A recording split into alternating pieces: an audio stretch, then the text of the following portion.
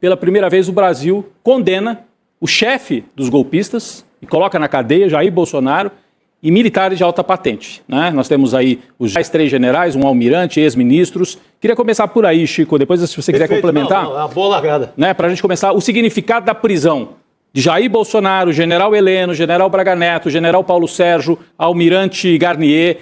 Você que também trabalhou nessa área de Ministério da Defesa, qual é o balanço? Qual é a importância disso para o Brasil, que não tinha feito isso ao fim da ditadura? Desde a República. Eu celebro, mas não comemoro. Eu analiso e tento tirar conclusões. E, de uma certa maneira, o Brasil vive momentos que tem grandes oportunidades e tem que evitar as grandes tragédias. Nós temos uma grande oportunidade que é passar o Brasil a limpo do ponto de vista da sua história autoritária, golpista, militares como uma força autônoma que exerce a tutela com a história de poder moderador. Eu acho que a gente não esperava que tivéssemos esse significado. É um significado que, por si só, diz muito. Em segundo lugar, porque eu acho que o Brasil revelou o nível que assumiu certos dirigentes políticos no golpe de 2016 e na eleição de 2018. Como é que essa gente que fez o que fez, pensa o que pensa, fala o que fala, dirigiu esse país. Portanto, eu acho que nós temos uma grande oportunidade histórica. Nós temos que evitar a farsa e a tragédia, que é continuar as mudanças para o Brasil se reencontrar com a democracia solidificada, mas precisa de muitas reformas, com a soberania nacional que está em xeque e principalmente com a pauta dos direitos do povo. Chico. Genuíno, quando você fala que a eleição de 2026, já antecipando um pouco, mas é porque está muito colado nessa fala agora. Quando você fala de projeto, é o quê? Retomar o nacionalismo industrial? Em que pegada você fala de um novo projeto? O Brasil carece de grandes reformas estruturais. Um modelo de desenvolvimento econômico com base na autonomia tecnológica e científica para o Brasil sair da condição de primário exportador. Segundo, garantir os direitos políticos, os direitos sociais, os direitos ao emprego, à vida, ao meio ambiente, o direito à segurança, o direito à saúde, o direito à educação, o direito a ter dignidade social e política. Terceiro, avançar na democratização com uma reforma política das instituições. Nós vivemos hoje uma bagunça institucional. Olha o que está acontecendo com a Câmara e o que está acontecendo com o Senado, mesmo diante desse grande fato que foi o papel do Supremo Tribunal Federal na investigação dos atos golpistas e na condenação e na prisão. Agora, são grandes momentos que o Brasil não pode desperdiçar. Nós colecionamos grandes momentos. Agora, o processo que o Brasil vive, se a gente olhar na história do Vargas, do João Goulart, do trabalhismo, dos comunistas, as coisas que acontecem num processo mais longo, não é de uma vez. E eu acho que o próprio PT está vivendo esse dilema com a oportunidade de ter o Lula 4. O que justifica 81 anos disputar a eleição com o Lula, com essa história, com esse peso? É realizar os sonhos de um Brasil que nós sonhamos. Esse eu acho que é o grande dilema nosso, o grande desafio. É uma encruzilhada, viu, Chico? É uma encruzilhada. Porque se nós fracassarmos, nós teremos uma derrota estratégica pior do que a do AI-5. Por isso que a direita e a extrema-direita tenta desgastar o governo Lula, tenta produzir uma candidatura, para quê? Para realizar as privatizações que não foram feitas até agora, tirar os tetos constitucionais da saúde, educação, salário mínimo, fazer uma reforma administrativa para privatizar o Estado, se vincular de malas e cuia com os Estados Unidos, com essa política suicida de segurança pública, e aí o Brasil perde o seu protagonismo. Isso é um dilema para o Brasil, porque o Brasil, pelo seu tamanho, pelo mercado, pela população, pela relação com os vizinhos, ele não cabe em nenhum quintal, por maior que seja o país que domina. Não cabe. Olha, na ditadura não coube, Getúlio Vargas não coube, João Goulart não coube, num modelo neoliberal não cabe, pela nossa dimensão, pelo peso que tem, pela história do Brasil. Agora, é um dilema, porque nós temos um lado altamente positivo, que está se revelando agora, mas nós temos também uma classe dominante escravocrata, racista, patriarcal e autoritária. Ô Genuíno, e essa classe dominante, voltando ainda para o balanço de 2025, essa classe dominante apostou numa figura lamentável, que você conhece bem do seu período como deputado na Câmara. O Genuíno nos contava aqui antes da gente entrar no ar, dos absurdos que você chegou a ver o Bolsonaro produzindo ali na Câmara dos Deputados. Mas o Bolsonaro chega ao poder, né, a classe dominante fica sem candidato e aposta no Bolsonaro em 2018 e ele termina agora esse período e vai para a cadeia com essa imagem da tornozeleira. Como é que você avalia? A figura do Jair Bolsonaro sai machucada ou manchada com esse episódio final em que ele aparece aquela cena dele tentando romper a tornozeleira, ele dizendo que estava tendo um surto, que ele meteu um ferro de solda. O que é isso? Como é que um sujeito desse foi presidente? Rodrigo, sai muito manchado. É a segunda tragédia e farsa da classe dominante. A primeira foi com o Collor. Lula ganharia a eleição em 89, aquela campanha do 100 meses de ser feliz. O Brasil estava carecendo de um projeto alternativo. Fomos para o segundo turno, que era inimaginável, e a gente sabe como houve a manipulação para produzir aquele caçador de Marajá, que virou uma tragédia. Então a classe dominante botou lá para conter a esquerda. Quando viu que não deu certo, nós tivemos que produzir aquela CPI. Agora, quem ganhou a parada? Não foi a esquerda. Quem ganhou a parada foram os liberais com Fernando Henrique Cardoso, com as reformas econômicas. Tivemos um processo de resistência nas emendas do FHC e no processo de destruição do Estado. O que acontece? Vem novamente uma grande possibilidade com Lula. 2002. O Lula se lançou, viabilizou um projeto que hoje eu faço uma análise crítica, principalmente com o documento A Carta dos Brasileiros, que eu acho que a gente concedeu demais, porque a classe dominante você pode negociar, mas você não pode ceder demais porque ela te encabresta.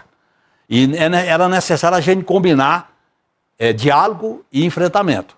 E o Lula percebeu isso quando fizeram a proposta indecorosa para ele de que, com a crise do mensalão, para aniquilar o PT, ele devia não disputar a reeleição em 2006. Aí o Lula foi para disputar, com aquele lema, deixa o homem trabalhar, Sim. Mexeu com o Lula, mexeu comigo, e nós fizemos o governo Lula 2 à esquerda, que foi o Lula 2. O Lula viabilizou Haddad, prefeito de São Paulo, e a Dilma, presidente da República. Aí a classe dominante disse, com esse aí, as regras da democracia liberal ele ganha todas, vamos romper com as regras. Aí produziram o que foi o golpe de 2016.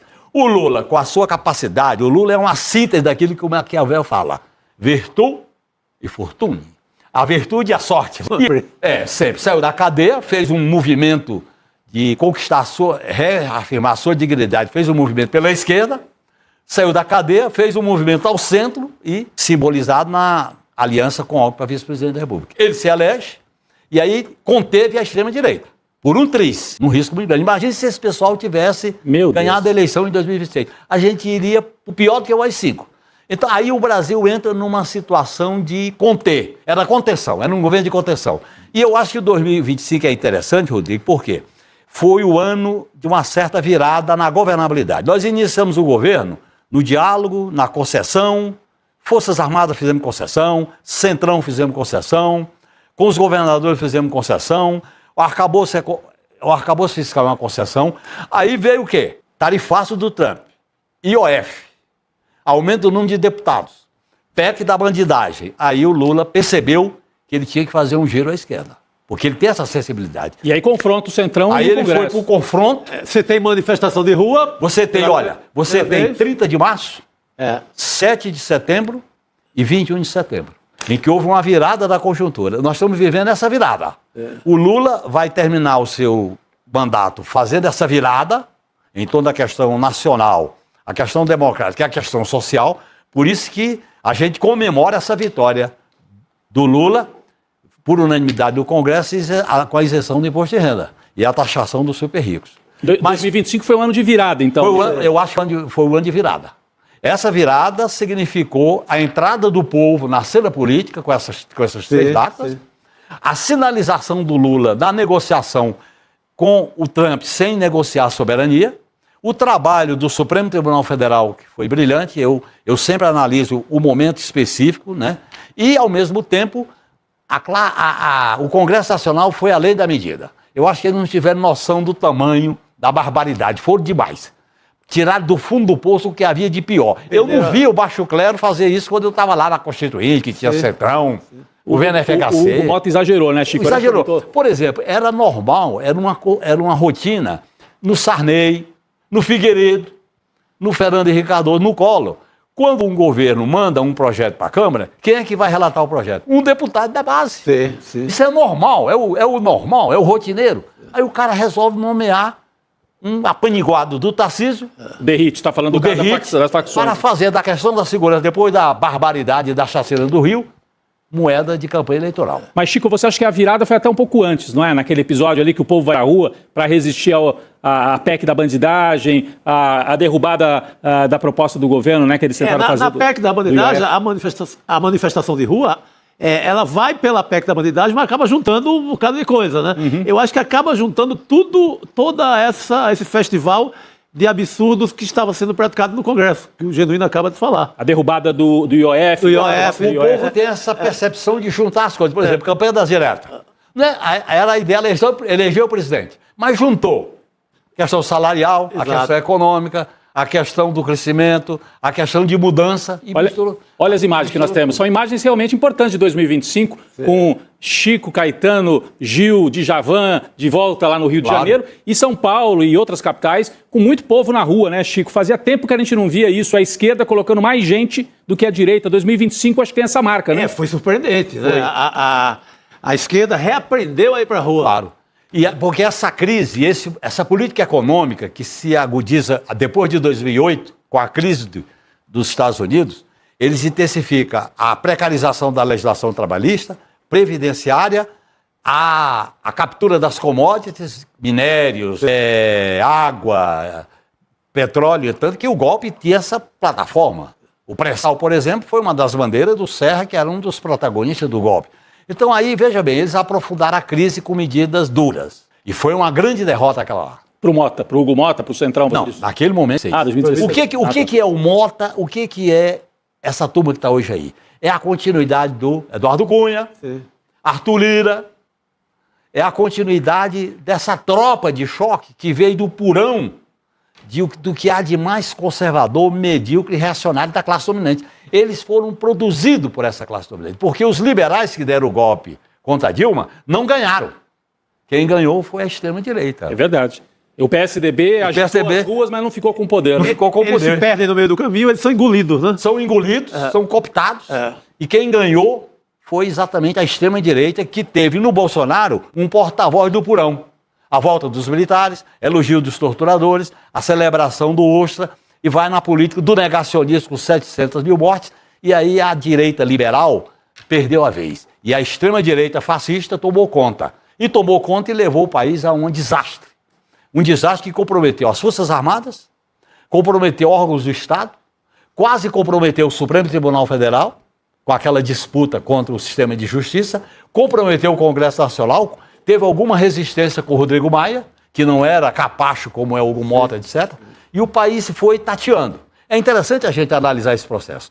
Nesse caminhar lento, processual, chega a vitória do Lula. Numa equação política que eu nunca imaginava, uma frente tão ampla. Aí o governo montou uma governabilidade muito ampla, sem conflito. Só que aquela governabilidade não deu conta do recado. Por quê? Porque a classe dominante quer tudo. Ela não quer perder nada na tributação, ela não quer perder nada no corte de subsídio, ela não quer perder nada em aumentar salário, ela quer destruir. Educação, privatiza. Saúde, só não privatizar por causa da Covid. Correios, privatiza. Petrobras, privatiza. Banco do Brasil, Caixa Econômica, privatiza. Porque é o lucro máximo sem risco. E aí gerou essa crise que nós estamos vivendo nela. Mas, Genuíno, Chico, voltando aqui para esse ano de 2025, eu acho interessante que o Genuíno trouxe, Chico, começa o terceiro mandato do Lula, apostando mais uma vez em todo tipo de concessão nas várias áreas que o Genuíno já explicou aqui, até na questão dos militares, né? Que o Múcio estava lá para fazer Zé Múcio Monteiro é nomeado ali. Zé Múcio para fazer... Nomeado para apaziguar. Para apaziguar. Ele era o representante dos militares no governo, não era o governo dos militares. Exato. E aí vem 2025 e mostra os limites disso. Apesar de todas as concessões, a classe dominante não aceitava nada. E aí o governo precisa da rua para fazer a virada. E você diria, então, que 2025 é o ano dessa virada? Não é que o Lula está fazendo também um governo de enfrentamento total, mas tem uma certa virada. E há o ano de aprovar o imposto de renda, a isenção. Esse é um fato histórico também, importante, não é? Muito importante. Importante. E a questão das emendas parlamentares. Vetar o número de deputados. O Congresso aprovou, que é um escândalo que deformava mais ainda o sistema de representação na Câmara. A crise das emendas parlamentares. Eu queria chegar nesse ponto. Que é muito grave, porque, veja bem, Qual é a tática da extrema-direita liberal e da velha direita? É esvaziar o poder do presidente da República. Na América Latina, Rodrigo e Chico Sá, o povo imagina a mudança quando elege o presidente. Foi assim na Argentina, no Uruguai, no Brasil, no Equador, na Venezuela. Foi assim com o Vargas. Desde Vargas, Juscelino, É assim com os Estados Unidos também. É na eleição presidencial. É a nossa cultura. O que acontece? Eles querem esvaziar o poder do presidente da República. Dissecar, destruir o poder. O que está acontecendo agora? Orçamento? 50 bi é por parte do Congresso. O Congresso executa, mas não tem o ônus de governo. Alcolumbre fere a competência do presidente da República de indicar o ministro Supremo. Ele queria indicar o nome dele. Veja bem a que ponto se chega. Então, o presidencialismo do Brasil vira uma rainha da Inglaterra, não manda nada. E o Congresso, por que o Congresso é o covil dessa oligarquia que quer tudo? Sistema eleitoral uninominal, voto cabresto, emendas individuais, curral eleitoral, você não faz a disputa de projetos estratégicos e aí eles controlam. O parlamento só teve um momento que na história do Brasil ele foi relativamente progressista. Foi quando ele enfrentou o AI-5 na cassação do Moreira Alves. E na Constituinte, talvez, né? A Constituinte por uma razão, e eu acho que é interessante. A Constituinte havia um vazio político. Morte do Tancredo, fracasso das diretas e o fracasso do Plano Cruzado. Teve um vazio político. Daquele vazio... Foi ocupado ali. Foi ocupado pelas manifestações que vinham das greves, do movimento contra a caristia, dos estudantes, da intelectualidade progressista e da juventude que nascia com a bandeira da reforma agrária. Aí nós fizemos um acordo, a esquerda fez um acordo com o centro, que era Mário Covas. Para quê? Para que com 30 mil assinaturas a população fizesse emendas. E deu certo. Deu certo porque nós fizemos uma Constituição progressiva. É tanto que após a promulgação, qual foi a discussão central da classe dominante? Essa Constituição, o Brasil não cabe nela. É ingovernável. É ingovernável, tem que mudar. Era um apocalipse aqui. E o Brasil teve dois grandes momentos de assalto à Constituição. O primeiro foi nas reformas econômicas de Fernando Henrique Cardoso. O segundo, o golpe de 2016. Em que a Constituição é derrubada, né? Claro. Rasgada em parte, né, Chico? Ela é violentada. Ela vai pro buraco. Ô, Chico, mas acho que era importante a gente ainda escarafunchar um pouquinho mais essa questão das emendas, porque ao longo de todo o ano aqui no CL Notícias, Chico, eu e outros comentaristas, a gente colocou isso como um centro, né, Chico? O centro um deles, né? Mas o centro do debate. E aí você tem o Supremo de um lado colocando pressão, né, através do Flávio Dino, a sociedade um pouco, mas é esse quadro que o Genuíno... Você tem o orçamento aí sequestrado pelo Congresso a partir de um modelo que começa com o Eduardo Cunha, depois o Arthur Lira. Eles desenham esse modelo e o Bolsonaro aceita na boa, porque governar, né, não gosta de... E é interessante a gente analisar essa história das emendas. Quando foi a primeira crise do orçamento, eu estava lá. Na ditadura, o Congresso não emendava o orçamento. Com o fim da ditadura e a Constituinte... Você vai falar da época dos anões do orçamento? Eu cobri essa CPI. Passamos a emendar o orçamento. Sim. Aí qual era a grande discussão? Que tipo de emenda a gente faz? A bancada do PT defendia que as emendas fossem de programas e subprograma, em vez de ser emenda individual. Por exemplo, eu fiquei 26 anos lá, nunca apresentei emenda individual. Emenda individual, não sei se todo mundo sabe, é quando você manda 200 mil reais para fazer uma quadra de futebol. Exatamente. Lá no interior. O que a gente defendia? Programa da saúde, programa para a população idosa, programa para a educação. Na época a gente discutia muito, programa para enfrentar a epidemia da AIDS. Sim. Aí você destina aquela verba e ela passa a ser, vamos dizer assim, vinculante. Sim. E leva isso para o executivo. E você fiscaliza a execução. Essa história de emenda individual, primeiro, tira o poder do presidente da República de executar o orçamento. Segundo, pulveriza os recursos públicos, sem um programa estruturante. Terceiro, você estabelece uma relação paroquial com o poder local oligárquico. Com o prefeito, com a prefeito, vereador, empresa, que foi o que apareceu nos anões do orçamento. Não é por acaso que no orçamento deu duas grandes crises. A crise dos anões e agora a crise das emendas impositivas. O que o Eduardo Cunha fez? Emenda impositiva, execução obrigatória, emenda de relator, que não tem transparência, e emenda de comissão. E passa-se vamos dizer assim, uma cobertura para não se ver quem está fazendo a emenda. Então, eu acho que essa é uma questão central para reformar o Congresso.